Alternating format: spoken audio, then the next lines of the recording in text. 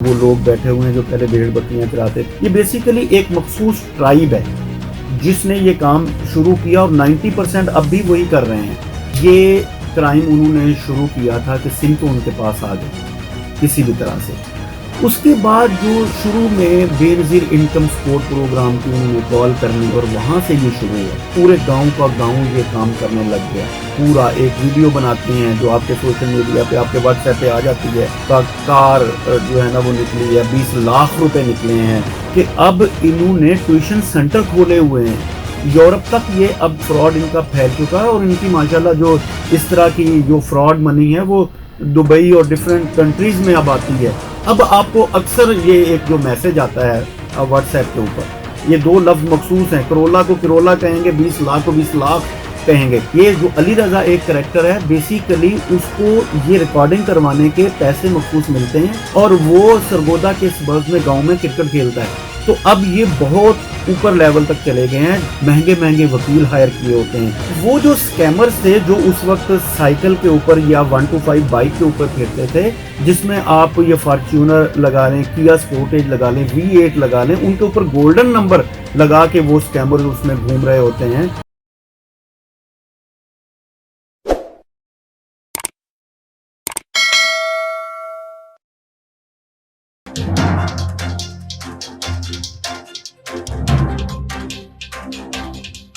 बहुत सारी किस्में हैं फाइनेंशियल फ्रॉड में, जिसमें आपके साथ कोई भी ऐसा फ्रॉड जो आपकी आइडेंटिटी लेके फिशिंग स्कैम से आपको कोई लॉटरी का जो है ना वो झांसा दे के या आपकी इंफॉर्मेशन लेके या इम्पर्सोनेट करके कि वो बड़ा कोई जेन्युइन बंदा है, तो आपके साथ जो भी इस तरह का कोई फ्रॉड किया जाएगा साइबर मीडिया को यूज़ करके, वो साइबर क्राइम के फाइनेंशियल क्राइम्स में आ जाता है। कि क्रिमिनल्स के पास सिम आ गई तो वो उसके ऊपर से वो लॉटरी फ्रॉड कर सकता है। आपका कोई भी यानी कि आपकी आइडेंटिटी आपसे मुतालिक पूछ सकता है। उसके बाद आपकी बैंकिंग इन्फॉर्मेशन ले सकता है कि आपका कार्ड जो है ना वो उसकी पेन वेरिफिकेशन करा, आपका OTP ले सकता है। उसके बाद किसी भी ये जो जिस तरह कोई चैनल्स हैं उसके ऊपर इनामी प्रोग्राम है वो ले सकता है।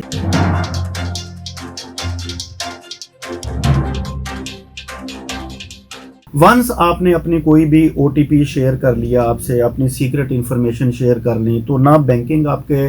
ऑनलाइन बैंकिंग जो है ना वो आपके बस में रहेगी, वो उसके कंट्रोल में चली जाएगी। आपके मीडिया, सोशल मीडिया तमाम उस पर चले जाएगा। इवन के समटाइम को ऐसे लिंक्स भी आपको सेंड कर दिए जाते हैं जिनके ऊपर आप जब कोई भी क्लिक करेंगे तो आपके कंप्यूटर या आपके मोबाइल की सारी सीक्रेट इन्फॉर्मेशन, जिसमें आपके पासवर्ड्स हैं, आपकी बैंकिंग इन्फॉर्मेशन, आपके सीक्रेट क्वेश्चन हैं, आपकी फैमिली इन्फॉर्मेशन हैं, आपका नेम, होम एड्रेस है, वो भी सारा स्कैमर्स के पास चला जाएगा।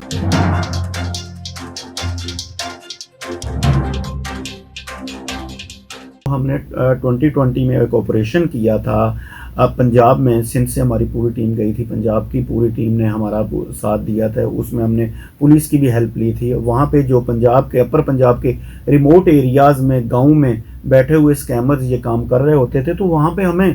पूरा मज़ामत का सामना करना पड़ा कि वो मर्द हजरात तो उनके जो होते हैं वो इतने ज़्यादा पढ़े लिखे भी नहीं होते। वो तो अपने घरों की छतों के ऊपर बैठ के या पूरा किला नुमा एक घर बना के उसके अंदर ये पूरी कॉलिंग कर रहे होते हैं, पैरेलल LCD से वो सारा मॉनिटर कर रहे होते हैं।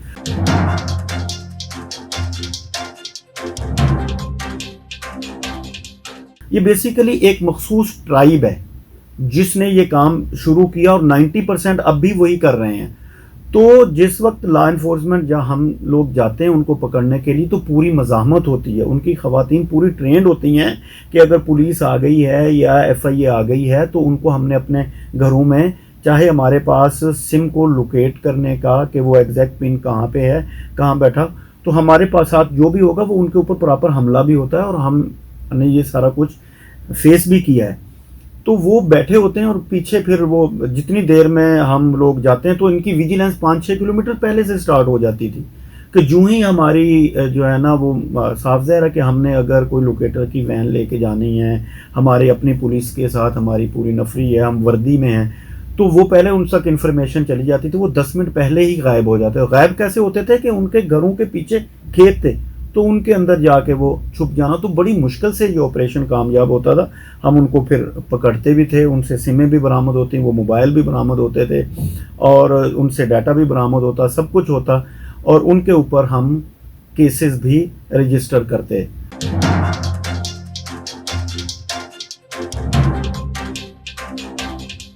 तो वो अब टोटली डिपेंडेंट हो जाता है कि लेट कोर्ट डिसाइड कि वो सज़ा जज़ा क्या है वो दे। तो हम अपना पूरा एक केस एस्टेब्लिश करके कोर्ट में दे देते हैं। तो वहाँ से फिर ये किस तरह से फ़ायदा उठाते हैं, किस तरह से महंगे महंगे ये वकील करते हैं, कैसे ये सबसे पहला क्वेश्चन करते हैं ये तो सिम ही हमारे नाम की नहीं है। फिर हम पूरा मेथड बताते हैं कि किस तरह से ये सिम हासिल करते हैं, कैसे सेंसिटिव डाटा इन तक पहुँचता है।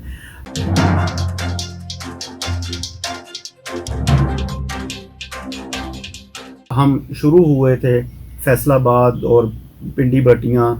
और इनके सबब जो गांव हैं वहाँ से, फिर समंदरी गोजरा, वहाँ पे ये ट्राइब्स बहुत ज़्यादा चक्कू में बैठे हैं, चकूक में बैठे हुए हैं। और ये बेसिकली फिर उसके बाद हम मुजफ्फरगढ़, मुल्तान और लिया में, और यहाँ पे 3-4 चकूक ऐसे हैं जहाँ पे यही जो है ना वो लोग बैठे हुए हैं जो पहले भेड़ बकरियां चराते थे, फिर साइकिल पे कपड़ा बेचते थे। उसके बाद इनके लोग जो है ना वो उनकी अपनी को ख़ास आइडेंटिटी होती नहीं है क्योंकि उनका कोई मखसूस से मकाम होता नहीं, तो वो फिर इसी तरह से ये फ्रॉड करना शुरू कर देते हैं।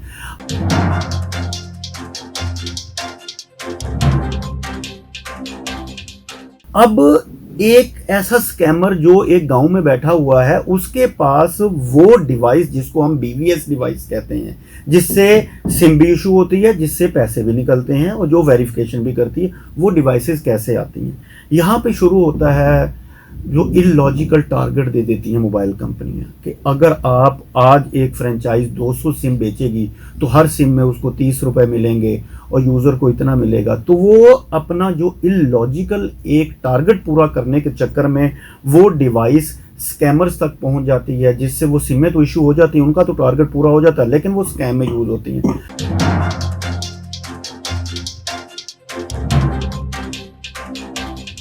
आप जब सिम इशू करवाएं तो ये जो गली मोहल्लों में सिमें बेच रहे होते हैं उनसे बिल्कुल ना लें। वो एक सिम के बदले में सिम भी नहीं देंगे, इनाम के लालच में आपकी सिमें भी इशू कर लेंगे। फिर ये जो रोड्स पे बैठे होते हैं और स्पीकर लगाया होता है 20 रुपए की सिम फ्रॉड्स, तो वो डिवाइसेस बेसिकली फ्रेंचाइजी से निकलती उस फ्रॉडेस्टर के घर तक पहुंच जाती है, जहां से ये पूरा जो है ना वो एक स्कैम के लिए वो सिम तैयार होती है।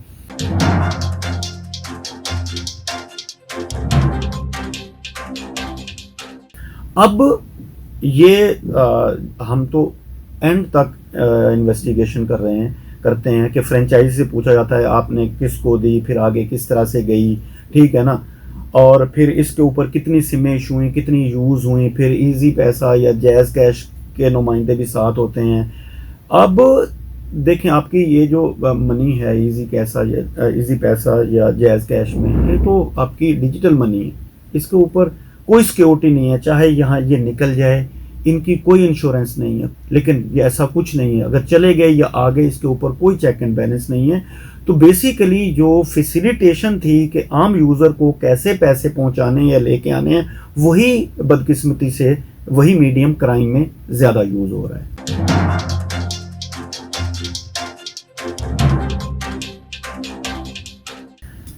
ये हम अक्सर इस बात पे हैरान होते हैं कि ये जो स्कैमर्स हैं इसमें मोस्टली मैंने बार बार जिक्र किया कि वो ज़्यादातर एक ही ट्राइब के हैं। तो वो किस तरह से ये मॉडर्न डिजिटल साइबर क्राइम ऐसा करते हैं, ये फाइनेंशियल क्राइम में बेसिकली ये क्राइम उन्होंने शुरू किया था कि सिम तो उनके पास आ गई किसी भी तरह से। उसके बाद जो शुरू में बेनज़ीर इनकम सपोर्ट प्रोग्राम की उन्होंने कॉल करनी और वहाँ से ये शुरू हुआ। जूं उनके पास पैसे आते गए वो लर्निंग उनकी बढ़ती गई, वो सीखते गए, उनके साथ लोग ज्वाइन करते गए, 1 से 2 से 4, फिर पूरे गांव का गांव ये काम करने लग गया। फिर उन्होंने प्रॉपर ये जो उनका ऐड बनाते हैं, पूरा एक वीडियो बनाते हैं जो आपके सोशल मीडिया पे, आपके व्हाट्सएप पे आ जाती है कि जो है ना वो आपका कार जो है ना वो निकली है, 20 लाख रुपए निकले हैं। बस इनकी अगर आप एक्सेंट पे जाएं या इनकी इंग्लिश पे जाएं तो आपको वाज़े पता चलेगा कि ये कुछ ज़्यादा एजुकेटेड लोग नहीं हैं। तो आहिस्ता आहिस्ता ये सीखते सीखते सीखते ये इस काबिल हो गए हैं कि अब इन्होंने ट्यूशन सेंटर खोले हुए हैं, और वो ट्यूशन सेंटर आपकी पोश एरियाज जिसमें डीएचए या बहरिया टाउन है वहाँ पे पूरे बेंगलोज लिए हुए हैं, और उन बेंगलोज के अंदर ये डिफरेंट लैंग्वेजेस सिखाते हैं, और वो उस लैंग्वेज का उसी तरह से उस जगह पे भी फ्रॉड करते हैं। ये अब डिफरेंट साइड पे निकल जाएंगे कि ये बेनजीर इनकम सपोर्ट प्रोग्राम से शुरू होके एक इनाम घर से शुरू होके पिन कोड से शुरू होके और फिर ये कौन बनेगा करोड़पति से शुरू होके दूसरे गल्फ कंट्रीज या यूरोप तक ये अब फ्रॉड इनका फैल चुका है। और इनकी माशाल्लाह जो इस तरह की जो फ्रॉड मनी है वो दुबई और डिफरेंट कंट्रीज में अब आती है, और ये वहाँ पे मुख्तलिफ लैंग्वेज सिखाने के लिए इन्होंने पूरे ट्यूटर हायर किए होते हैं कि उस एरिया को कौन सी लैंग्वेज आती है, उस एरिया में कौन सी लैंग्वेज आती है। तो अब ये इनका लोकल फ्रॉड निकल के इंटरनेशनल फ्रॉड तक पहुंच गए हैं। तो ये हम स्टार्ट में ये कहते थे कि अगर इस क्राइम को यहीं ख़त्म ना किया तो ये माफिया की सूरत अख्तियार कर लेगा। तो अब ये वाकई माफिया की सूरत अख्तियार कर चुका है। पहले ये कच्चे घर में बैठ के उस गांव की ज़मीन को ठेके पे लेके ये बैठते थे,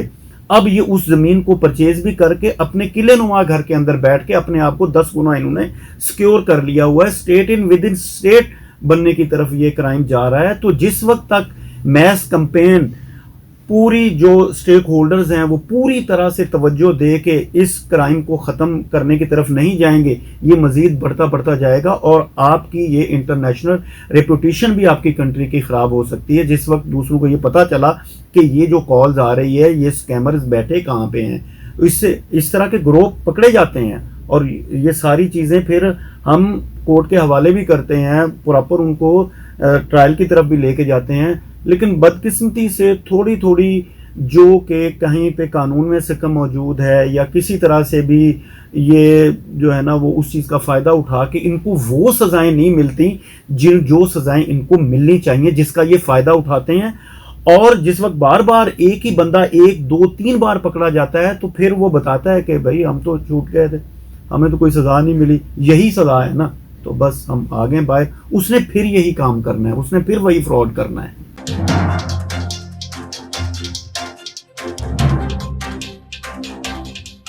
देखें, ये जो हमने ऑपरेशन किया था फाइनेंशियल स्कैम, ये 2020 में हुआ था और ये कोरोना के दिनों में हुआ था।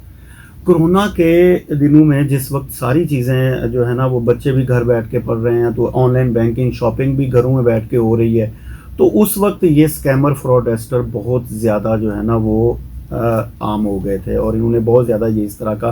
क्राइम किया।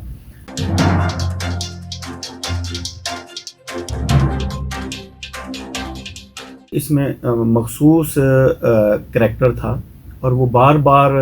जैज़ कैश वालों को फ़ोन करता कि यार आपने हमारी बात का जवाब क्यों नहीं दिया। तो वहाँ से हम उसको ट्रेस कर रहे थे कि एक ऐसी सिम जिसके अंदर लाखों की तादाद में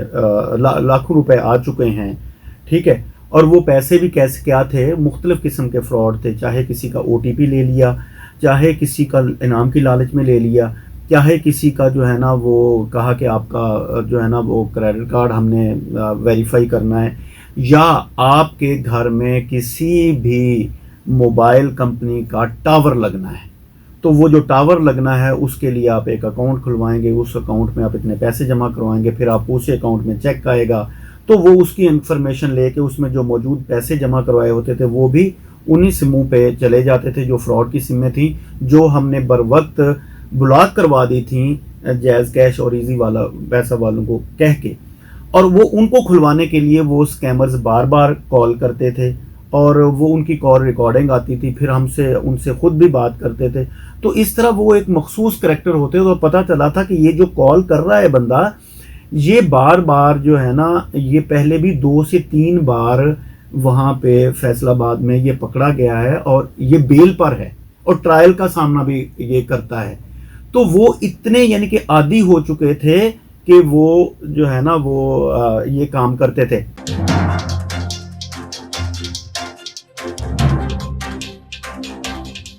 अब आपको अक्सर ये एक जो मैसेज आता है व्हाट्सएप के ऊपर, वो मैसेज क्या आता है कि जनाब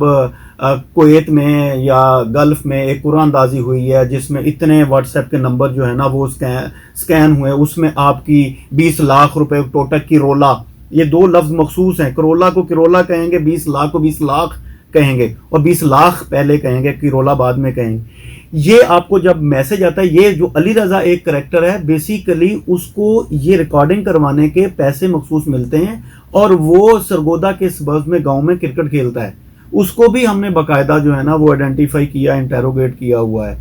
तो ये करेक्टर बार बार फिर वो आके फिर वो दूसरी वीडियो रिकॉर्ड करवाएगा क्योंकि उसने आ तो जाना ही है बाहर, किसी ना किसी तरह से कोई ना कोई महंगे महंगे वकील हायर किए होते हैं। एक छोटे से घर का एक छोटी सी सिम के ऊपर फ्रॉड करने वाला जब 10 से 20 लाख रुपए वकील जो लॉयर को पूरी फर्म पूरी लेके खड़ा होगा और वो अप्रोच कर रहे होंगे और वो इलॉजिकल जो है ना वो क्वेश्चन कर रहे होंगे, तो वो जो प्रेशर एग्जर्ट करते हैं उस वक्त हमारे ऊपर, जुडिशरी के ऊपर सारा, तो उससे पता चलता है कि ये माफिया अब किस कदर स्ट्रांग हो चुका है कि इनको प्रोटेक्ट करने के लिए बाकायदा ग्रोह बन चुके हैं कि जनाब अगर लॉ एनफोर्समेंट चला गया तो इनका कौन सा ग्रुप इनको वहां पे सिक्योर करेगा, अगर केस कोर्ट में चला गया तो कौन से जो है ना हमने वकील हायर करने हैं। तो अब ये बहुत ऊपर लेवल तक चले गए हैं जिनको अब भी इनको उसी तरह से इसको जुर्म को ख़त्म ना भी करें तो कम से कम मिनिमाइज किया जा सकता है, अपने लोगों को एजुकेट करके, प्रॉपर उनको बता के, इनको सजाएं दिलवा के, अपने लॉ में अमेंडमेंट्स करके, तो ये सारी चीज़ें अभी भी जो है ना वो कंट्रोल हो सकती हैं अगर प्रॉपर स्टेक होल्डर्स अपना रोल अदा करें।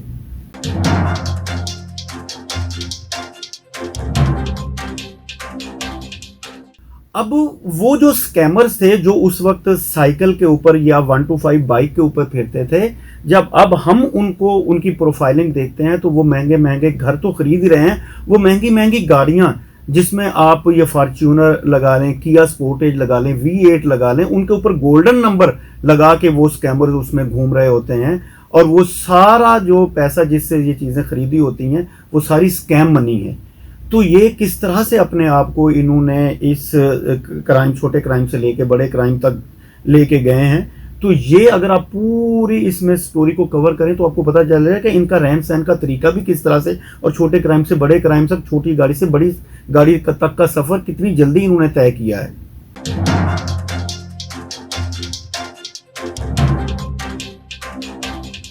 ये वीकेंड के ऊपर आपको एक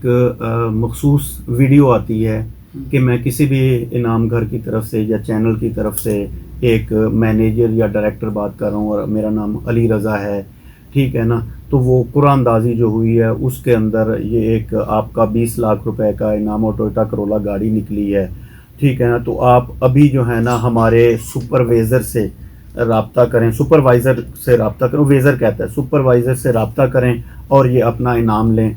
और एक जो मखसूस आवाज़ है जो वो अली रज़ा है, ये एक बड़ा इंटरेस्टिंग करैक्टर है और ये इसी ट्राइब का एक लड़का है जो कि क्रिकेटर है, बेसिकली क्रिकेट खेलता है और इसको ये पूरी वीडियो में अपना वॉइस ओवर के लिए पैसे मिलते हैं क्योंकि इसका एक्सेंट जो है ना वो स्कैमर के साथ बड़ा मैच करता है। और ये करैक्टर भी हमने आइडेंटिफाई किया, इसका ओरिजिनल नेम पता चला, इसका फैमिली पता चली और इसका पता चला ये कहाँ रिजाइड करता है और ये जिस टीम के साथ खेलता है वहाँ पे प्रॉपर जुआ लगा के ये टेनिस बॉल जो है ना वो टेप बॉल खेलते हैं। तो इसको हमने सरगोदा के एक गांव से बाकायदा अरेस्ट भी किया था और ये बड़ा मखसूस करैक्टर है और ये इसकी आवाज़ उसके बाद भी आज मखसूस जो है ना वो और वीडियो और स्कैम वीडियो में बन के उसी तरह से आती है। हो सकता है कि ये भी दोबारा छूट के वही काम कर रहा हो।